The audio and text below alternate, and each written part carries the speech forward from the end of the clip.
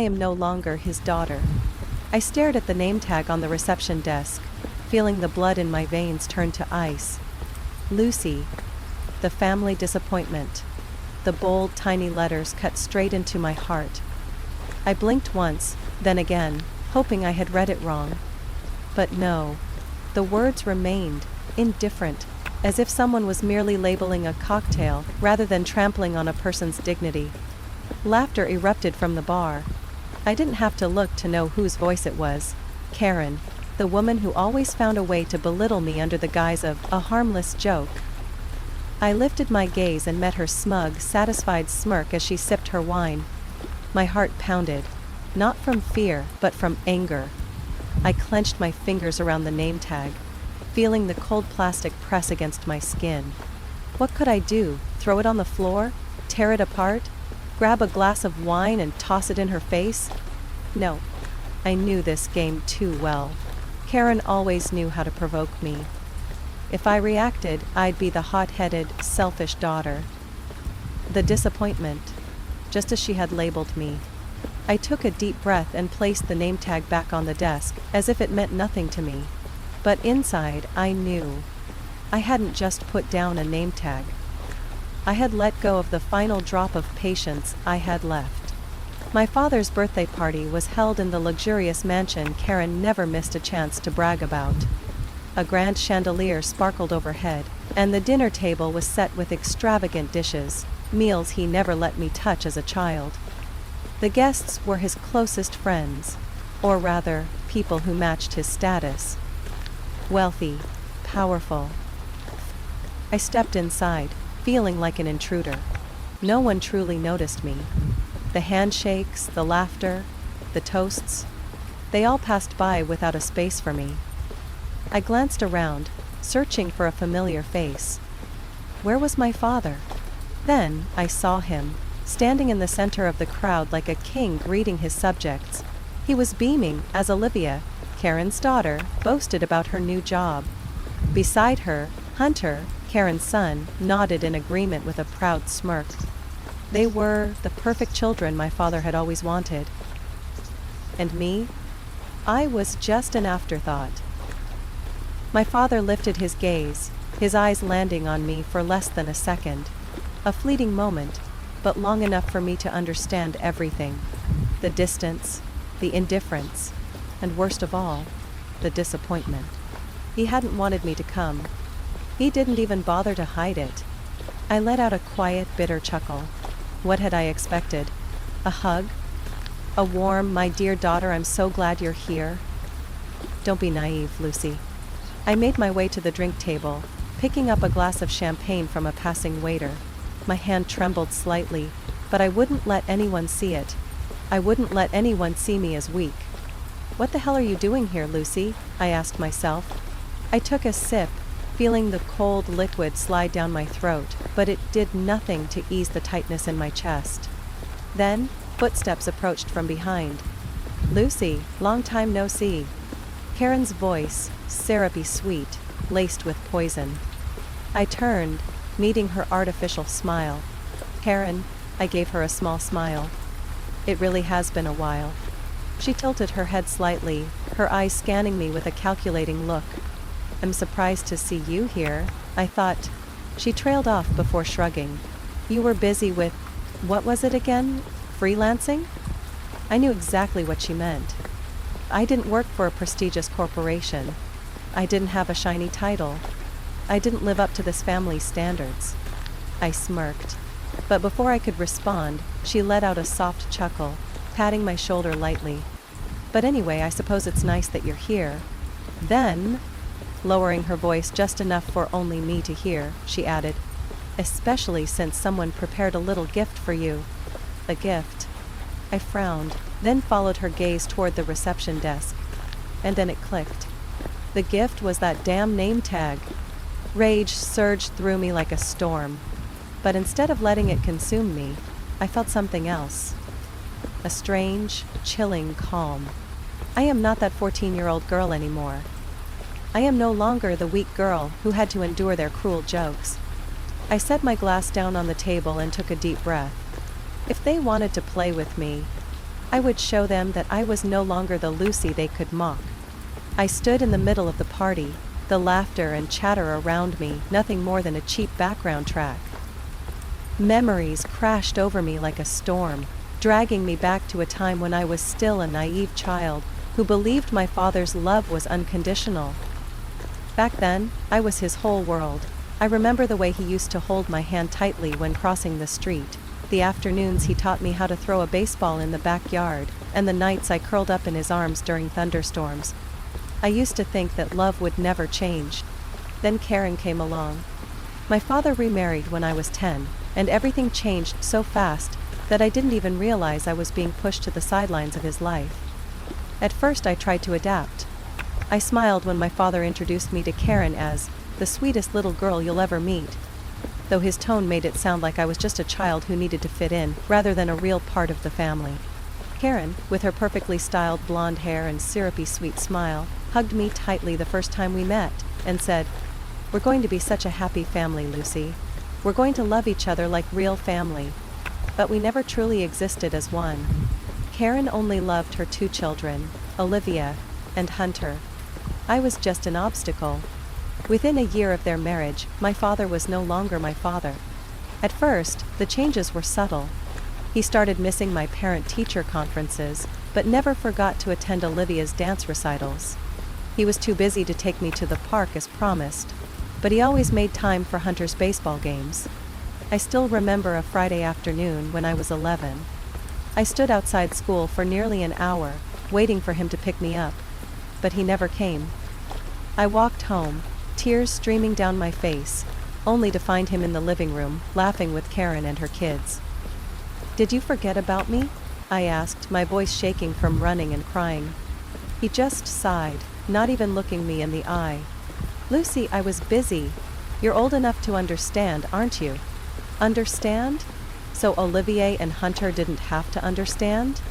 But I said nothing, because I knew that in this house, my voice didn't matter. By the time I was 13, I had completely become a shadow.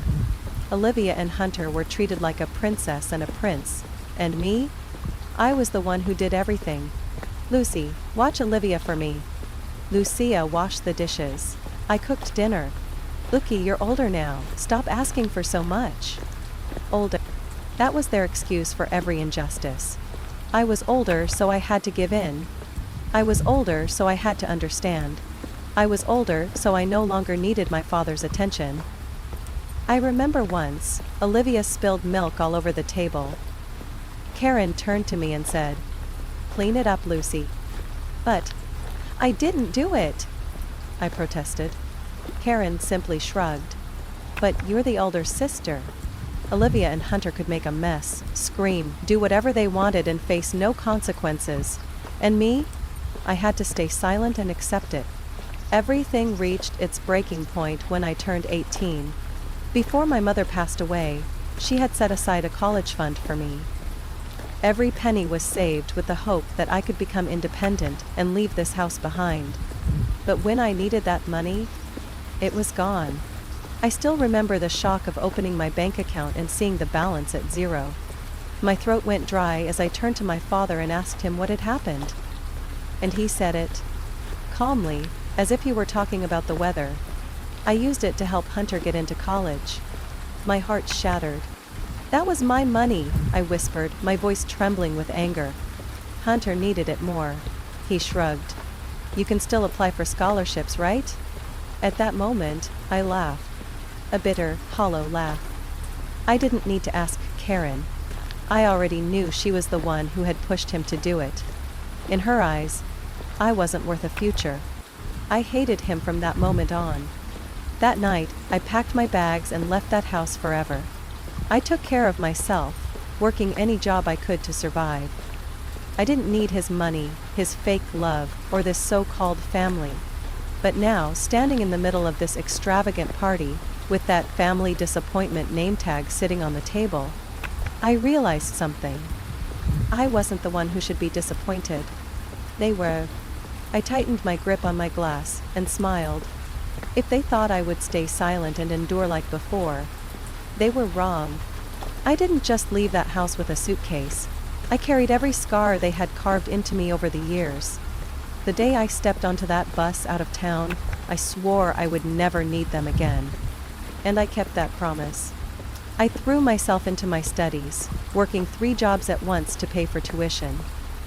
While Hunter enjoyed his college life with all-night parties and luxury vacations funded by my father, I worked myself to exhaustion just to afford a cramped apartment near campus. I never complained. I had no time for hatred, no energy for nostalgia. I had one goal: never go back to that house.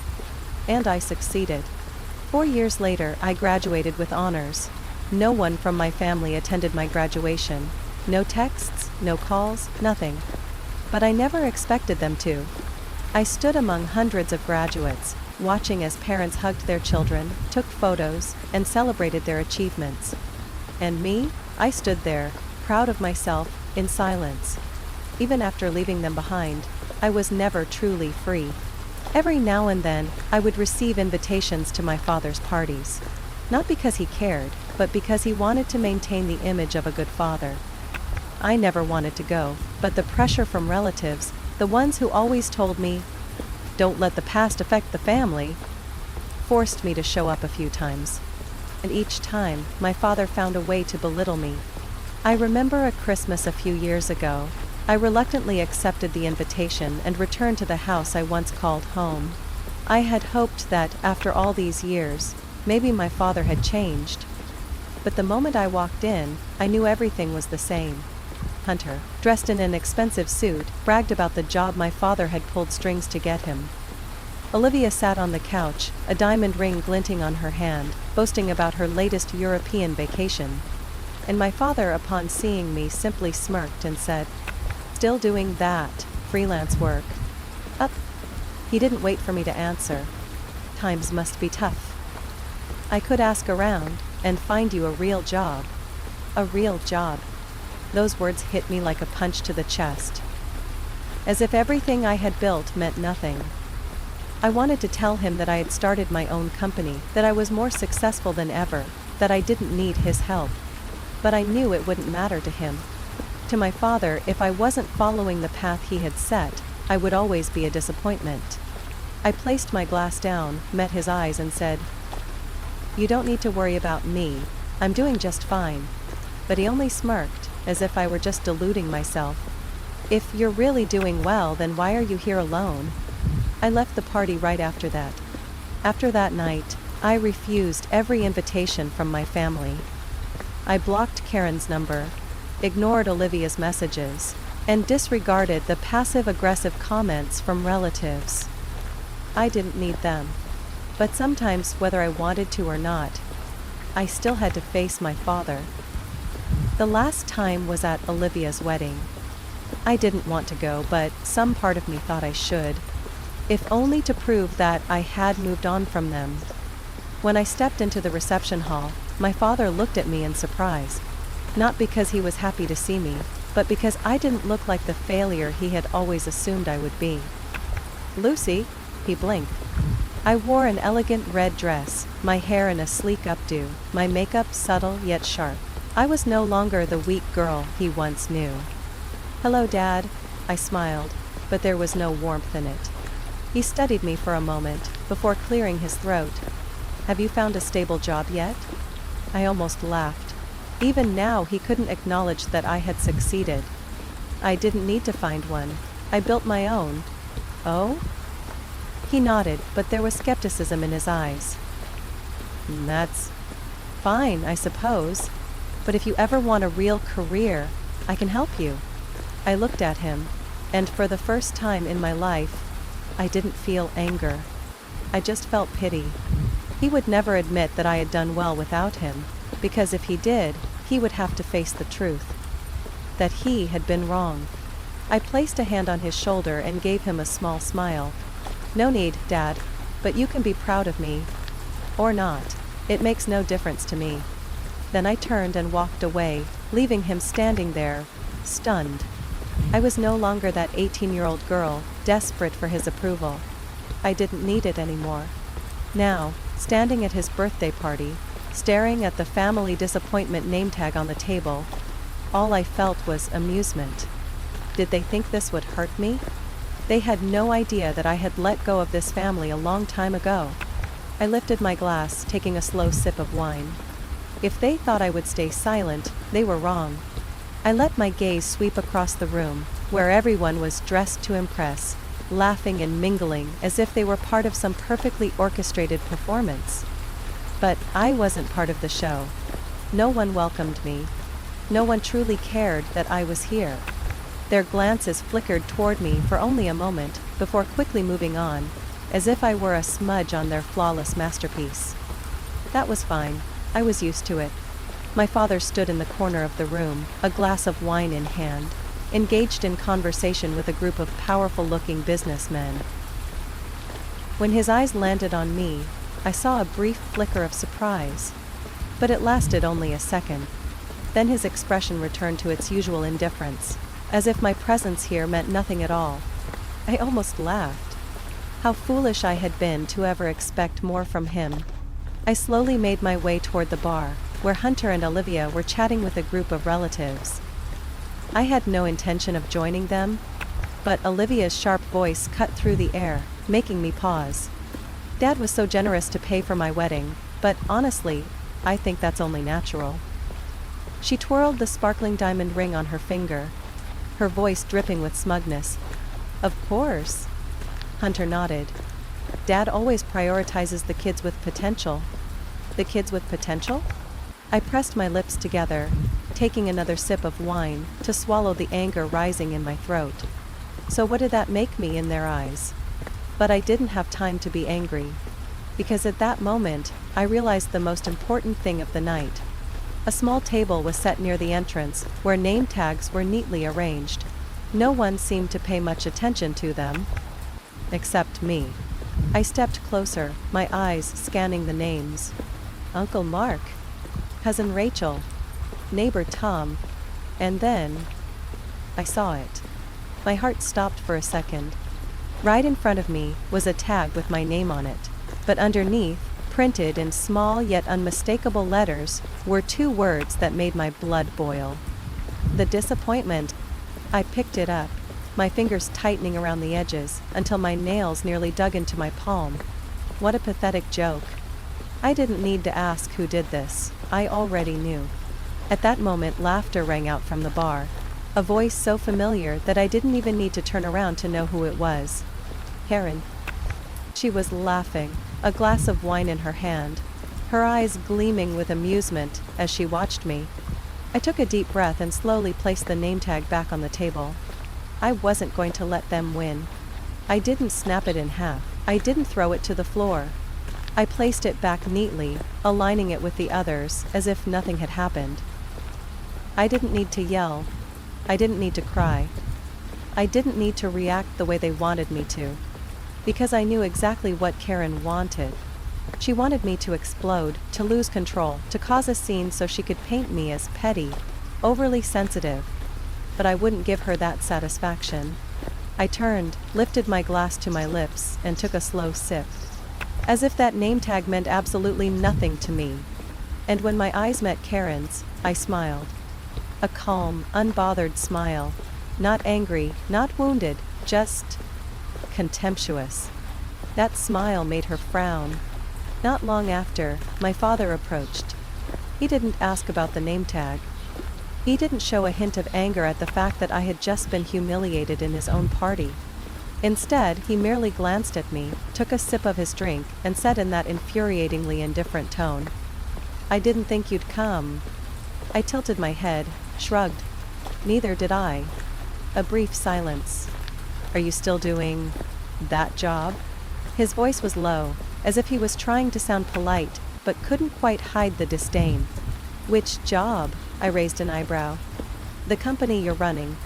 I let out a laugh, unsure if it was from bitterness or exhaustion. "Yes, and it's doing better than ever." He didn't respond right away. He just looked at me for a long moment, as if assessing whether I was lying. Then he sighed, took a sip of his drink. "Good for you." That was it. No congratulations, no sign of pride, just an empty phrase before he turned and walked away, blending back into his crowd. I stood there, watching his figure disappear. Then I looked around this room, this place where everyone was complicit in my exclusion. Did they think I would endure all of this in silence? Did they think I would stay quiet? If so, they had forgotten something important. I was no longer the Lucy they once knew. I set my glass down, took a deep breath. Then I lifted my glass again, running my fingertip along the rim. A sharp clink rang out, cutting through the air, and the room fell silent. If they wanted a game, I would give them a show to remember. I stood in the center of the room, a chilled glass of champagne in hand. The atmosphere shifted, the weight of my actions settling over the party like a thick fog. Conversations faded. One by one, heads turned toward me. Some looked confused, others curious. But what pleased me the most was the look in my father's eyes. Unease. And Karen, her grip on her wineglass tightening, her expression laced with quiet alarm. They didn't know what I was about to do. I lifted my glass slightly and smiled. I suppose this is a special occasion, isn't it? A grand celebration for the man of the night. My father's shoulders relaxed slightly, maybe thinking I would simply say something polite and move on. He raised his glass, waiting. I let them wait. I took a deep breath, letting the silence stretch a little longer, letting them wonder what I would say next. Then, with a voice calm but edged with ice, I continued. My father always taught me that family is meant to be a place of respect and support, that we should always stand by each other. Isn't that right? A few people nodded, assuming I was reinforcing my father's beliefs. They were wrong. I turned, meeting his gaze directly. But then I realized that, for some people, family only exists as long as you follow the rules they set. Step outside their expectations, and suddenly you become a disgrace. An outsider. The energy in the room shifted, instantly. Tension rippled through the crowd like a wave. My father blinked, but said nothing. Karen forced a tight smile, her fingers gripping her glass as if she wanted to crush it. I used to believe that if I worked hard enough, if I proved myself, my father would see me differently. That he would finally acknowledge me. I let out a small, humorless laugh. But then I realized something. I smiled, but there was no warmth in it. I never even had a chance. Lowering my glass, I let my gaze sweep across the room, meeting each pair of eyes that had once dismissed me. My father only recognized those who followed the path he had set, the children he could control, mold to his liking. But me? I chose to live my own way, and for that, I became the family disappointment. I paused, raising an eyebrow with mock amusement. Oh no, wait, they were kind enough to remind me of that with the lovely little name tag they prepared just for me. A few people exhaled sharply. The murmurs started. I saw Hunter frown, Olivia's eyes widened. Karen tried to keep her composure, but her fingers trembled as she set her glass down. My father cleared his throat, trying to regain control of the situation. Lucy, not now. I laughed. Not now? I tilted my head. Oh, but Dad, it seems like it's never the right time for you to acknowledge me as your daughter, is it? Silence. I stepped forward slowly, closing the distance between us. All my life I only wanted you to be proud of me. Just once. But I get it now. That will never happen. Because I'm not Hunter. I'm not Olivia. I'm not someone you can manipulate. I saw his jaw tighten, but he didn't deny it. Because he knew I was right. And my dear stepmother. I turned to Karen, giving her a slow, disdainful smile. You've spent years trying to erase me from your perfect little family portrait, but unfortunately for you, I'm still here. Karen stiffened but forced a fake smile. Lucy, you're being overly sensitive, it was just a joke. Oh, was it? I cut in, my voice light yet sharp as a blade. Well then, I have a joke for you too. I raised my glass, letting my gaze sweep across the room. Happy birthday, Dad, and congratulations to everyone here. I paused just long enough for them to hold their breath. Because this will be the last time any of you ever see me. A wave of shock rippled through the room. Olivia's mouth fell open, Hunter's brow lifted. Karen blinked rapidly, as if trying to process what was happening. And my father, he was frozen. Lucy, don't you dare. Glad I didn't let him finish. I set my glass down on the table and turned away. No explanations, no hesitation. I could hear the panic behind me. Some voices called my name. I didn't stop. I walked through the doors, feeling lighter than ever before. I wasn't running away. I was setting myself free. And as the doors shut behind me, I knew one thing for certain. I was never coming back. I slammed the car door shut, sitting upright in the driver's seat, my breath still unsteady from everything that had just happened. I had really done it. Not in a daydream. Not in some imagined scenario where I finally had the courage to stand up to them. I had done it, right in front of them. My heart was still pounding, but not from fear. Not from doubt. It was adrenaline, the rush of finally breaking free from the toxic cycle they had trapped me in. I pressed the ignition button, but didn't drive just yet. I sat there, staring through the windshield at the brightly lit mansion behind me. The music still played, but I knew no one inside was in the mood to celebrate anymore. They were talking. They were shocked. They were angry. And I didn't care. I pulled my phone from my purse and unlocked it. A string of messages flashed across the screen. Karen, you've gone too far, Lucy. Come back immediately. Olivia, are you trying to ruin this party? Unbelievable. Hunter, you seriously have issues. Talk to Dad. I let out a small, amused scoff, scrolling past them without replying. My phone vibrated in my hand. My father was calling. I stared at the screen, my finger hovering over the decline button. A part of me wanted to pick up, to hear what he had to say, but I already knew how this would go. He wouldn't apologize. He would only try to regain control, to feed me more empty words about family and responsibility. I declined the call. A text popped up immediately after. Dad. Come back, we need to talk. I didn't respond. I had nothing left to say to them. The next morning, I woke up in my small apartment, sunlight streaming through the window. No more fake laughter, no more snide remarks, no more condescending stares. I turned on my phone. Dozens of unread messages. I pressed block number on each name. Dad. Karen. Olivia. Hunter. Done. I sat still for a few seconds, waiting to see if guilt would creep in. But it never did. All I felt was relief. 3 days later, as I was getting ready for work, my phone rang from an unknown number. I hesitated, then decided to answer. My father's voice came through, low and steady as always. Lucy. I closed my eyes, taking a slow breath. I want you to come back, he said bluntly. You can't just walk away from family like this. I let out a quiet laugh, stepping toward the window and looking down at the street below. Did you call to control me or to apologize? Silence. I already knew the answer. Family is supposed to stick together, Lucy. His voice dropped. I don't want this to escalate any further. I tightened my grip on the phone. Not escalate further? As if everything they had done to me before wasn't already enough. You never truly saw me as part of this family. I spoke slowly, each word severing the final thread between us. Don't pretend that you suddenly care now. Lucy, don't be selfish. I laughed. Did you really just say that? Once again, silence.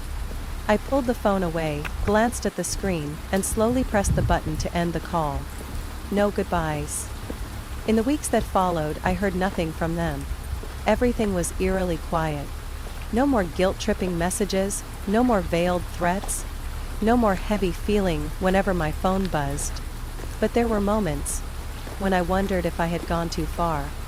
Did I really need to cut them off completely? Maybe I should have given them a chance to change? But then I remembered. Every time they abandoned me, every belittling remark, every condescending glance. They hadn't changed. They never would.